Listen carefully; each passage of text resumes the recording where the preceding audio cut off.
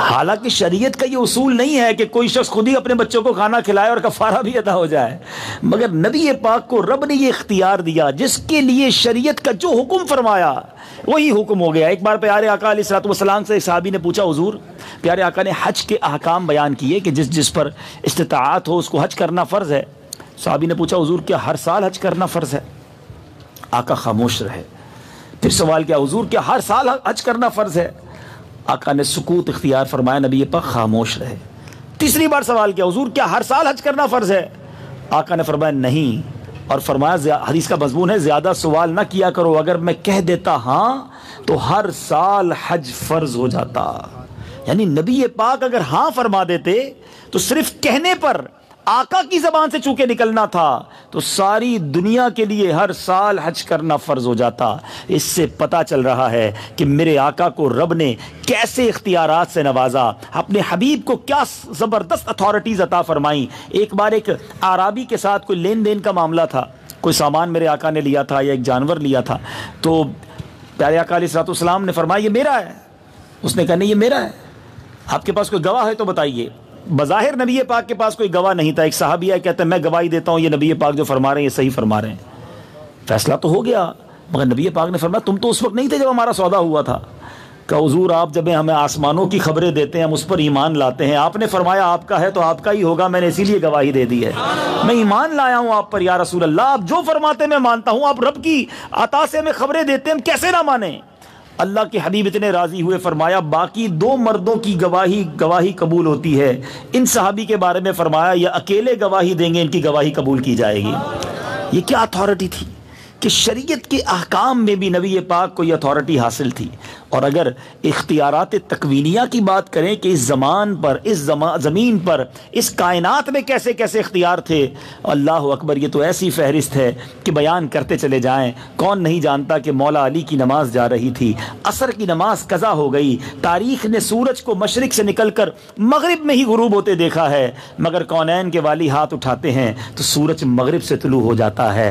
آقا دعا فرماتے ہیں، سورج واپس پلٹ آتا ہے، نبی پاک زمین پر کھڑے ہو کر سائنس کہتی ہے کہ جناب انسان چاند پر پہنچا ہے، سینکڑوں ہزاروں سال بعد پہنچا۔ میرے آقا نے 1400 سال پہلے زمین پر کھڑے ہو کر مکہ پاک میں اشارہ کیا، چاند کو 2 ٹکڑے فرما دیا، پھر اشارہ کیا، چاند کو پھر جوڑ دیا۔ ارے دنیا میں ہم سنتے ہیں جناب علاقے کا، شہر کا کوئی میئر ہو اس کو شہر پر کنٹرول، شہر پر اختیار حاصل ہوتا ہے، کوئی وزیر اعلیٰ ہو اس کو صوبے پر اختیار ہوتا ہے، کوئی ملک کا وزیر اعظم ہو اس کو ملک میں کچھ نہ کچھ اختیار ہوتا ہے۔ میرے آقا وہ ہیں جن کو زمین تو زمین، آسمانوں پر بھی اختیار حاصل ہے۔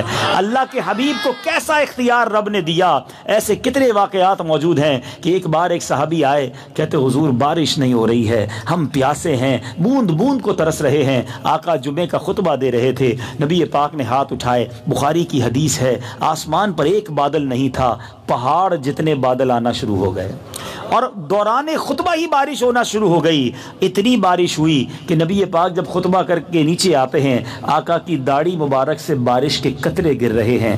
جمعہ بارش، ہفتہ بارش، اتوار بارش، پیر بارش، کنٹینیو بارش، رکنے کا نام نہیں لے رہی۔ اگلا جمعہ آ گیا، حدیث کے الفاظ ہیں وہی صحابی، یہ کوئی اور صحابی کھڑے ہو گئے، عرض کرتے حضور کرم کیجئے، بارش رکوائیے، حضور اب تو مال و اسباب ڈوبنے لگ گئے۔ ذرا سوچو صحابہ کا عقیدہ کیا تھا، بارش چاہیے ہوتی تو بھی آقا کے پاس آتے، رکوانی ہوتی تو بھی نبی پاک کے پاس آتے، کیونکہ سب جانتے تھے نہیں سنتا ہی نہیں مانگنے والا تیرا، جو مانگو گے ملے گا۔ اب آقا نے دعا کی بارش کے لیے، جو اب دعا کی نا، اتھارٹی دیکھو، اختیار دیکھو۔ آقا نے یہ دعا نہ کی یا اللہ بارش کو روک دے، نبی پاک کی دعا کے الفاظ کیا ہیں؟ اللہم حوالینا ولا علینا، اے اللہ ہمارے اطراف میں، ہمارے دور کے علاقوں میں تو بارش ہو، ہم پر بارش نہ ہو۔ اور پھر میرے آقا نے ہاتھ اٹھائے، جدھر جدھر ہاتھ جاتا بادل کٹتا جاتا، مدینہ پیالے کی مانند ہو گیا، شہر مدینہ کے اوپر بارش نہیں ہو رہی، آس پاس کے کھیت کھلیان میں بارش ہو رہی۔ اللہ اکبر، یہ کیسا اختیار تھا کہ جدھر چاہتے ادھر بارش ہوتی، جدھر چاہتے ادھر سے بادل ہٹ جاتے۔ اللہ نے اپنے حبیب کو کیسا اختیار دیا۔ مولانا حسن رضا خان صاحب فرماتے ہیں نا، ایسا تجھے خالق نے طرحدار بنایا، یوسف کو تیرا طالب دیدار بنایا، کونین بنائے گئے سرکار کی خاطر، کونین کی خاطر تمہیں سرکار بنایا، کنجی تمہیں اپنے خزانوں کی دی خدا نے، محبوب کیا مالک و مختار بنایا۔ اللہ نے ایسے اختیارات سے نوازا۔ یہ لمبی فہرست ہے، میں جانوروں کے سجدے کرنے کے واقعات بتاؤں یا صحابہ کرام کی ٹوٹی پنڈلیوں کو جوڑنے کے واقعات سناؤں، حضرت ابو قتادہ کی وہ آنکھ کی بات کروں کہ آقا لعاب دہن لگا کر آنکھ واپس لگائیں تو پہلی آنکھ سے زیادہ روشن ہو جائے، یا ان مدینے کے خاری کنووں کی بات کروں کہ آقا کلی کر دیں وہ خاری کنویں میٹھے ہو جائیں۔ اللہ اکبر۔ میرے ایک صحابی رسول نبی پاک کے پاس غزوے میں لڑائی لڑتے لڑتے تلوار ٹوٹ گئی، آقا سے کہتے آقا تلوار نہیں ہے، تلوار چاہیے، پھر بھی آقا کے پاس آقا نے لکڑی اٹھا کر درخت کی شاخ اٹھا کر دے دی۔ صحابی نے یہ نہ کہا کہ حضور ڈنڈی سے لڑائی کیسے کروں گا، مگر وہ شاخ ہاتھ میں آتی ہے اور تلوار بن جاتی ہے۔ آقا کے اختیارات کا عالم یہ ہے۔ بہرحال اب ایسے نبی کے امتی ہیں، ہم فخر کرنا چاہیے ہیں، وہ ہمارے نبی، ان کے ہم امتی تیری قسمت پہ لاکھوں سلام۔ اللہ نے ایسے نبی کا امتی بنایا، لیکن یہ اختیارات کا سلسلہ، یہ اتھارٹیز کا سلسلہ، یہ کرم نوازی کا سلسلہ رکا نہیں ہے، بلکہ جب محشر کا دن ہوگا ہے سارا عالم جو ہے نا، محشر کے دن کبھی سوچا کتنے لوگ ہوں گے؟ اس وقت دنیا میں کم و بیش 700 کروڑ مسلمان، 700 کروڑ لوگ رہتے ہیں، 7 ارب بتایا جاتا ہے، لیکن قیامت کے دن حضرت آدم سے لے کر اور صبح قیامت تک جتنے لوگ دنیا میں آئیں گے سارے جمع ہوں گے، خربوں لوگ ہوں گے، اور اس دن سارا محشر کس کا تمنائی ہوگا، کس کے آنکھیں بچھی ہوئی ہوں گی، کون کس سے سوالی ہوگا؟ اللہ اللہ۔ سیدی اعلیٰ حضرت لکھتے ہیں نا، سنتے ہیں کہ محشر میں صرف ان کی رسائی ہے، گر ان کی رسائی ہے، لو جب تو بنائی ہے۔ اور کمال کی بات بتاؤں، یہ جو آج نبی پاک کو نہیں مانتے، جو آج ایمان نہیں لاتے، جو غیر مسلم ہیں، قیامت کے دن وہ سارے مان جائیں گے، کیونکہ سب کو نظر آ رہا ہوگا نا کہ انہی کی چلنی ہے، انہی کی بات مانی جا رہی ہے، انہی نے بخشش کروانی ہے، مگر محشر کا ماننا کام نہیں آئے گا۔ میرے رضا لکھتے ہیں نا، آج لے ان کی پناہ، آج مدد مانگ ان سے، آج لینی ہے آقا کی پناہ، آج آقا کو ماننا ہے، آج لے ان کی پناہ، آج مدد مانگ ان سے، پھر نہ مانیں گے قیامت میں اگر مان گیا۔ قیامت میں تو سارے مان جائیں گے، ادھر ماننا کام نہیں آئے گا، ماننا آج ہے۔ اور پھر ایک بڑی کمال کی بات، اللہ کی مشیت ہے، ہم قبر سے اٹھتے بتا دیا جاتا بھائی تمہارا جنت میں جانا ہے، تم نے دوزخ میں جانا ہے۔ یہ اتنا بڑا محشر سجانا، یہ میزان لگانا، یہ پل صراط لگانا، یہ اعمال کا تولنا ہے، یہ پیاسوں کو پانی پلانا، یہ سب کیا ہے؟ یہ کیوں کیا گیا؟ اس کا ریزن کیا ہے؟ اللہ اکبر۔ بڑی خوبصورت بات شاعر لکھتے ہیں، دیر از اونلی ون ریزن، ایک ہی وجہ ہے، اور وجہ کیا ہے؟ فقط اتنا سبب ہے انعقاد بزم محشر کا۔ یہ بزم محشر کیوں سجائی جائے گی؟ فقط اتنا سبب ہے انعقاد بزم محشر کا، آقا تمہاری شان محبوبی دکھائی جانے والی ہے، دنیا کو بتانا ہے میرے محبوب کا مرتبہ کیا ہے۔ اعمال تولے جائیں گے تو آقا گناہگاروں کے پلڑے بھاری کریں گے، پل صراط سے گزارا جائے گا، آقا اپنے امتیوں کو گزاریں گے، امت کو پیاس لگے گی، آقا اپنے ہاتھوں سے جام کوثر پلائیں گے۔ ایک ہی ہستی ہے جو ہر جگہ کام آنی ہے۔ سیدی اعلیٰ حضرت کیا خوبصورت نقشہ بتاتے ہیں، فرماتے ہیں ماں جب اکلوتے کو چھوڑے آ کہہ کے بلاتے، یہ ماں بھی نہیں کام آئے گی، والد بھی کام نہیں آئے گا، ایک ہی ہستی ہوگی جو کام آئے گی۔ ماں جب اکلوتے کو چھوڑے آ کہہ کے بلاتے یہ ہیں، باپ جہاں بیٹے سے بھاگے لطف وہاں فرماتے یہ ہیں، سلم سلم کی ڈھارس سے پل سے پار چلاتے یہ ہیں، اپنی بنی ہم آپ بگاڑیں کون بنائے بناتے یہ ہیں۔ پیاس لگے گی نا، ٹھنڈا ٹھنڈا میٹھا میٹھا پیتے ہم ہیں پلاتے یہ ہیں۔ اعمال نامے تولے جائیں گے، رنگے بے رنگوں کا پردہ دامن ڈھک کے چھپاتے یہ ہیں، اپنے کرم سے ہم حلقوں کا پلہ بھاری بناتے یہ ہیں۔ کیسی کیسی مہربانیاں کریں گے قیامت کے دن۔ اے میرے میٹھے اسلامی بھائیوں، اب بتاؤ، ایسے نبی کا امتی ہوں جس نبی سے بڑا زبردست واسطہ بھی پڑھنا ہے۔ اب میں آپ سے سوال کرنا چاہتا ہوں، رات اتنی دیر ہو گئی ہے، ٹھنڈ میں آپ بیٹھے ہیں، یہ عشق رسول کی نشانی ہے، نبی پاک سے آپ کو محبت ہے جو آپ رات اس وقت تک بیٹھے ہیں۔ مگر ایک سوال کرنا چاہوں گا، اس ملاقات کی تیاری کیا کی ہے؟ ہم سب کی ملاقات محشر کے دن آقا سے ہونی ہے، یاد رکھیے گا۔ اس سے پہلے بھی ایک ملاقات ہونی ہے جب قبر میں دیدار مصطفیٰ کروایا جائے گا اور سوال ہوگا ما کنت تقول فی حق ھذا الرجل، بتاؤ اس من موہنی صورت والے کے بارے میں دنیا میں کیا کہا کرتے تھے؟ ایک ملاقات قبر میں اور انشاءاللہ ایک ملاقات محشر میں، ان دونوں ملاقاتوں کی تیاری کر لی ہے؟ جب کسی سے ملنا ہوتا ہے نا، آپ کو پتہ ہے فلاں سے ملاقات ہے اور بڑی شخصیت ہے، تو آپ سوچتے ہیں یار جو اس کو پسند ہے وہ تحفہ لے جاؤں تاکہ خوش ہو جائے ہیں۔ بادشاہ کی بارگاہ میں جو فقیر ہوتا ہے نا، وہ اپنی حیثیت سے تحفہ لے کے جاتا ہے، مگر پھر جب بادشاہ عطا فرماتے ہیں نا، اپنی شان کے لائق عطا فرماتے ہیں۔ تو کیا تیاری کی ہے قبر میں؟ نبی پاک کو چہرہ دکھانے کی تیاری ہے؟ کیا ایسے کام کر لیے کہ منہ دکھا سکیں گے؟ کیا ایسی زندگی گزاری ہے کہ آقا سینے لگا لیں گے؟ حالانکہ نبی پاک فرماتے ہیں جس نے میری سنت سے محبت کی اس نے مجھ سے محبت کی، اور جس نے مجھ سے محبت کی وہ میرے ساتھ جنت میں جائے گا۔ جنت میں اپنے ساتھ لے جانے کا فارمولہ بھی نبی پاک نے دیا ہے۔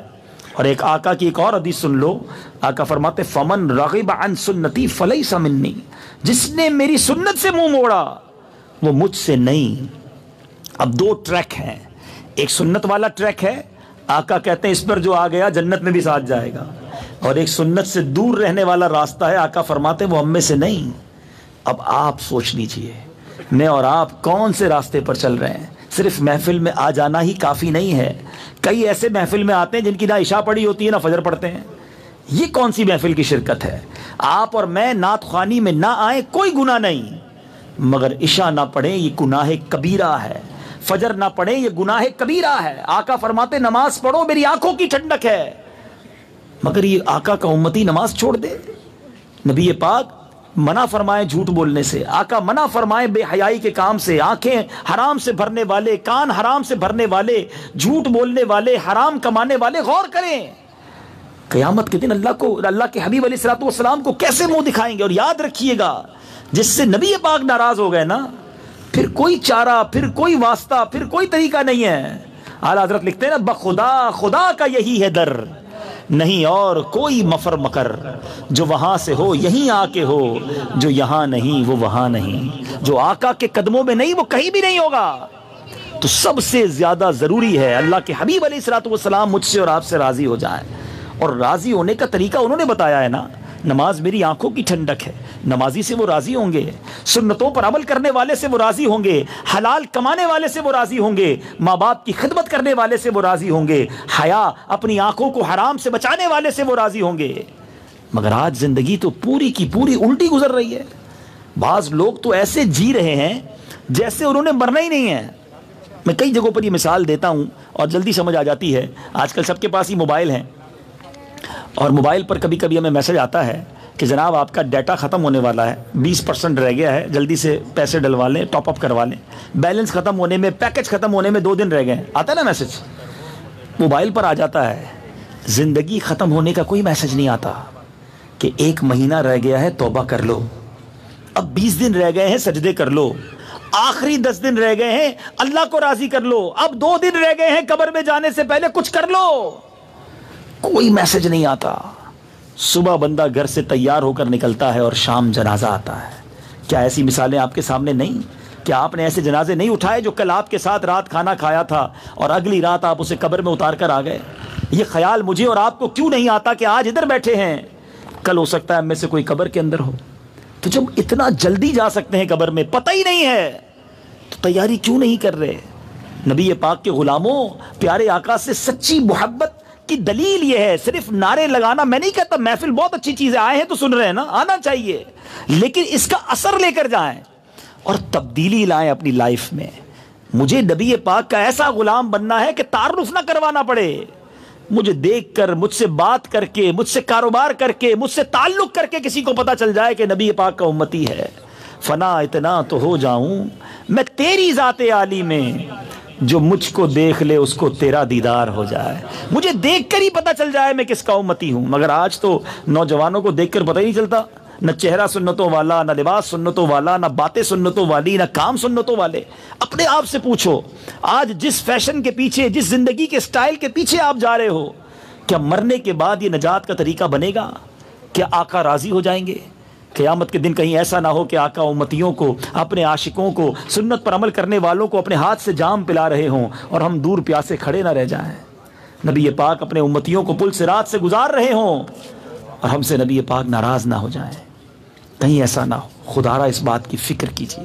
آج کے اس اجتماع کو کاش میں اور آپ اپنی زندگی کا ٹرننگ پوائنٹ بنا دیں۔ بہت ہو گیا، بڑی نافرمانی کر لی اللہ کی، بڑی قضا کر لی نمازیں، بڑا سنتوں سے ہم نے زندگی دور گزار لی۔ کیا کریں گے مرنے کے بعد؟ کس کے پاس جائیں گے؟ یہ دوست، یہ ہمیں گھمانے پھرانے والے، فلمیں ڈرامے دکھانے والے، نشے کے اڈوں پر لے جانے والے، ہمیں جناب بے پردہ عورتوں کو دکھانے والے، یہ جو دوست ہیں یہ کچھ بھی کام نہیں آئیں گے۔ ارے جب جنازہ ہوگا تو غسل بھی دینا نہیں آتا ہوگا، ان کو باہر کھڑے ہوں گے، اس وقت ہم ہوں گے اور ہمارے اعمال ہوں گے۔ یاد رکھیے، جب بندہ قبر میں جاتا ہے نا، یہاں بہت سارے ماشاءاللہ ایسے لوگ ہیں جن کے گھر ہوں گے، گاڑیاں ہوں گی، اسکوٹر ہوگی، پیسے ہوں گے، بینک میں اکاؤنٹ ہوگا۔ قبر میں جاؤ گے نا تو رشتہ دار پوچھتے ہیں مرحوم نے پیچھے کیا چھوڑا ہے۔ ایسے ہی ہے نا، مرنے کے بعد دوسرا تیسرا سوال ہی ہوتا ہے کہ مرحوم نے پیچھے کیا چھوڑا ہے۔ لیکن بندہ جب قبر میں جاتا ہے تو فرشتے کہتے ہیں مرحوم نے آگے کیا بھیجا ہے۔ اصل چیز وہ ہے جو آپ نے آگے بھیجی ہے۔ کر لو آج سجدے، پڑھ لو نمازیں، صدقہ خیرات کرو، زکوٰۃ پوری ادا کرو، غریبوں کی مدد کرو، یہ وہ ساری چیزیں ہیں جو آگے اکاؤنٹ میں جا رہی ہیں اور آپ کو وہی کام آئیں گی۔ اے کاش، اے کاش، جس طرح یہاں نبی پاک کا ذکر سن رہے ہیں، اللہ کرے کہ محشر بھی آقا کے دامن تلے جمع ہونا نصیب ہو جائے، وہاں بھی نبی پاک کے پرچم تلے جمع ہوں، آقا دیکھیں تو سینے لگا لیں کہ میرا امتی آ گیا، میرا نمازی امتی، میرا سنتوں پر عمل کرنے والا امتی، میرا عاشق آ گیا۔ اے کاش ایسی زندگی گزرے کہ نبی پاک اپنے دامن میں چھپا لیں۔ ایسی زندگی مت گزارنا کہ کہیں نبی پاک دیکھ کر منہ نہ پھیر لیں۔ فمن رغب عن سنتی فلیس منی، آقا نہیں فرمایا جس نے میری سنت سے منہ موڑا وہ ہم سے نہیں۔ فمن غش فلیس منا، جس نے دھوکہ دیا وہ ہم میں سے نہیں۔ آج ایسے دھوکہ دیتے ہیں جیسے مسئلہ ہی کوئی نہیں ہے، ایسا چیٹنگ کرتے ہیں، ایسے لوگوں کو برباد کر رہے ہیں، کسی بہانے سے ادھار لے لیں گے، کوئی ان کو سبز باغ دکھا کر، کاروبار دکھا کر، نفع دکھا کر غریب آدمی کی پوری جمع پونجی لے لیتے ہیں۔ مرنا نہیں، اللہ کو جواب نہیں دینا۔ کیا کرو گے ان چند سکوں کا؟ کیا کرو گے ان غلط کاموں سے؟ خدارا توبہ کر لیجئے، اللہ کرے دل میں اتر جائے میری بات۔ یہی پیغام دعوت اسلامی کا ہے۔ دعوت اسلامی ہمیں یہی تو چاہتی ہے۔ کتنی پیاری تحریک ہے جو پکڑ پکڑ کے ہمیں جنت کی طرف بھیجنا چاہتی ہے، پکڑ کے ہمیں نبی پاک کی سنتوں پر چلانا چاہتی ہے کہ خدارا ہمیں ووٹ نہیں چاہیے، آپ کے نوٹ بھی نہیں چاہیے، ہم آپ چاہیے، آپ کی آخرت چاہیے۔ آئیے اور دعوت اسلامی کے مدنی ماحول سے وابستہ ہو کر اپنی آخرت کی فکر شروع کر دیجئے، نمازیں پڑھیے، مسجدوں کو آباد کیجئے، تو انشاءاللہ آپ بھی اس مدنی ماحول کا ساتھ دیجئے۔ دیکھیں نا ماشاءاللہ جن اسلامی بھائیوں نے اس سردی کے عالم میں یہ اجتماع سجایا، کیوں سجایا، اس سے کیا حاصل کرنا تھا، جنہوں نے بھی حصہ ملایا، اللہ ان سب کو اس کی بہترین جزا عطا فرمائے۔ لیکن مقصد یہی تھا نا کہ کوئی نیکی کی بات پہنچ جائے گی، کسی کے دل میں اثر ہو جائے گا، وہ نمازی بن جائے گا، وہ سنتوں کا پابند بن جائے گا، وہ حرام چھوڑ دے گا۔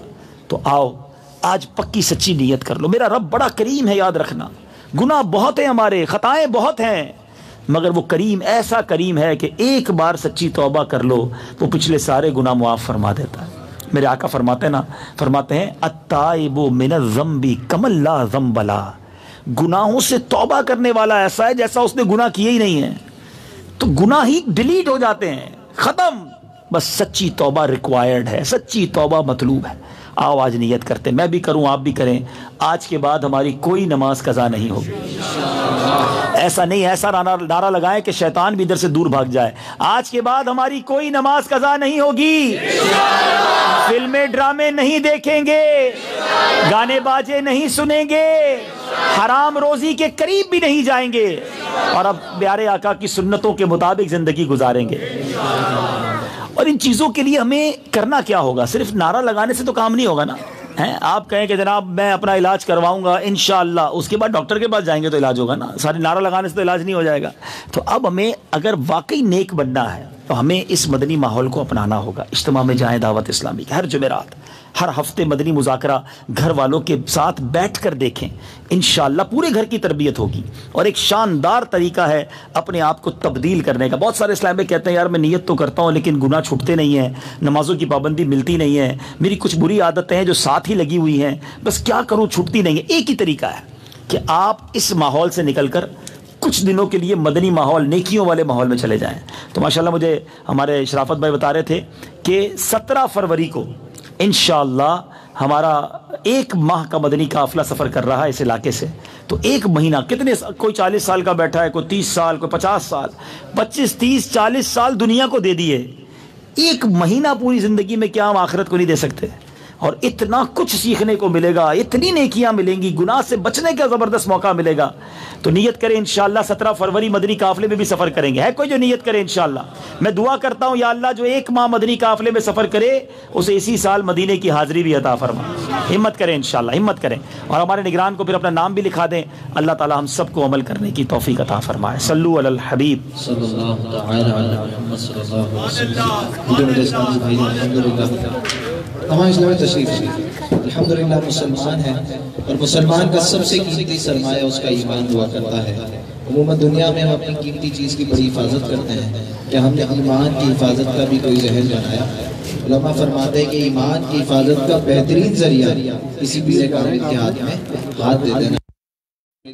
اس دور میں شیخ طریقت امیر اہل سنت دامت برکاتہم العالیہ غوث پاک کا مرید بناتے ہیں۔ کہیے سبحان اللہ۔ الحمدللہ غوث پاک عظیم ہستی وہ ہیں جو کہتے ہیں کہ میرا کوئی بھی مرید بغیر توبہ کیے نہیں مرے گا۔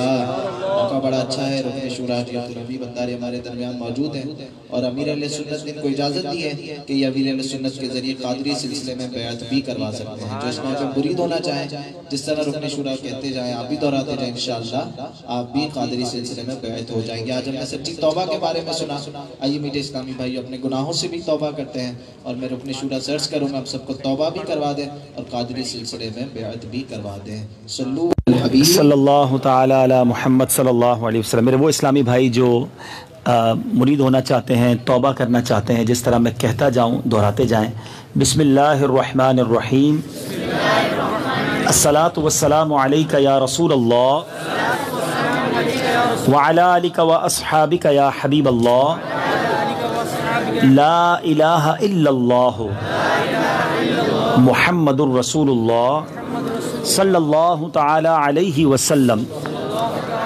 توبہ کرتا ہوں میں اپنے تمام پچھلے گناہوں سے، اور وعدہ کرتا ہوں میں کہ آئندہ شریعت پر چلوں گا، بد مذہبوں اور برے لوگوں کی صحبت سے بچتا رہوں گا، نماز روزے کی پابندی کرتا رہوں گا، والدین کی نافرمانی، جھوٹ، غیبت، چغلی، وعدہ خلافی، گالی گلوچ، فلمیں، ڈرامے، گانے باجے، بے پردگی وغیرہ وغیرہ گناہوں سے بچتا رہوں گا۔ اے اللہ میری اس توبہ کو قبول فرما اور مجھے میرے وعدے پر ثابت قدم رکھ۔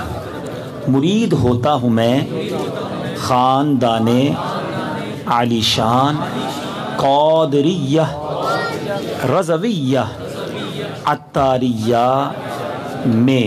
میں نے اپنا ہاتھ آپ کے ذریعے سے شیخ طریقت امیر اہل سنت کے ہاتھ میں دیا، اور ان کے ذریعے سرکار بغداد حضور غوث پاک رضی اللہ تعالی عنہ کے ہاتھ میں دیا۔